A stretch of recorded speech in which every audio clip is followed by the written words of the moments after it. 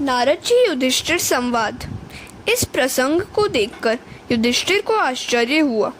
उन्होंने नारद जी से पूछा, भगवान से शत्रुत्व होने पर भी शिशुपाल को सद्गति क्यों प्राप्त हुई? उसने भगवान को गालियां दी, फिर भी वह नरकवासी क्यों न हुआ? ऐसी सायुज्य गति उसे क्यों मिली? भगवान से द्वेष करने वाले शिशुपाल और दंतवक्त्र नरकवासी होने चाहिए थे, तो ऐसी उल्टी बात क्यों हो गई? नारद जी ने कहा, श्रवण करो राजन, परमात्मा में किसी भी प्रकार तन्मय होने की आवश्यकता है। परमात्मा ने कहा है कि जीव चाहे किसी भी भाव से मेरे साथ तन्मय बने, मैं उसे अपने स्वरूप का दान करता हूँ। राजन, किसी भी भाव से मन परमात्मा के साथ एकाकार होना चाहिए।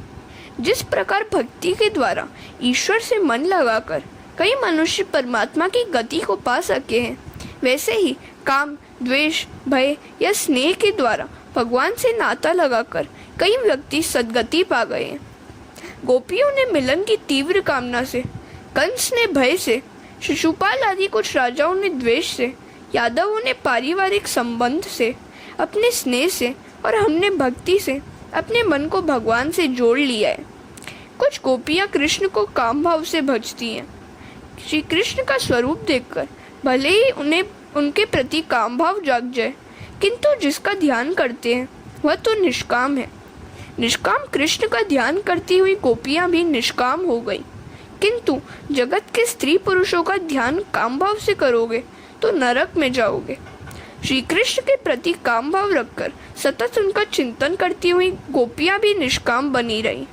परमात्मा के पूर्ण निष्काम होने के कारण उन्हें अर्पित किया गया काम भी निष्काम बन गया। काम का जन्म रजोगुण में से होता है। ईश्वर बुद्धि से परे है। ईश्वर के पास काम नहीं जा सकता। सूर्य के पास अंधकार नहीं जा सकता। जिनका चिंतन किया गया था वह श्री कृष्ण निष्काम होने के कारण उनका काम भाव से चिंतन करने वाली गोपियां भी निष्काम बन गई। कंस डर के मारे तन्मय हो गया था। उसे देवकी का 8वां पुत्र ही हमेशा दिखता रहता था।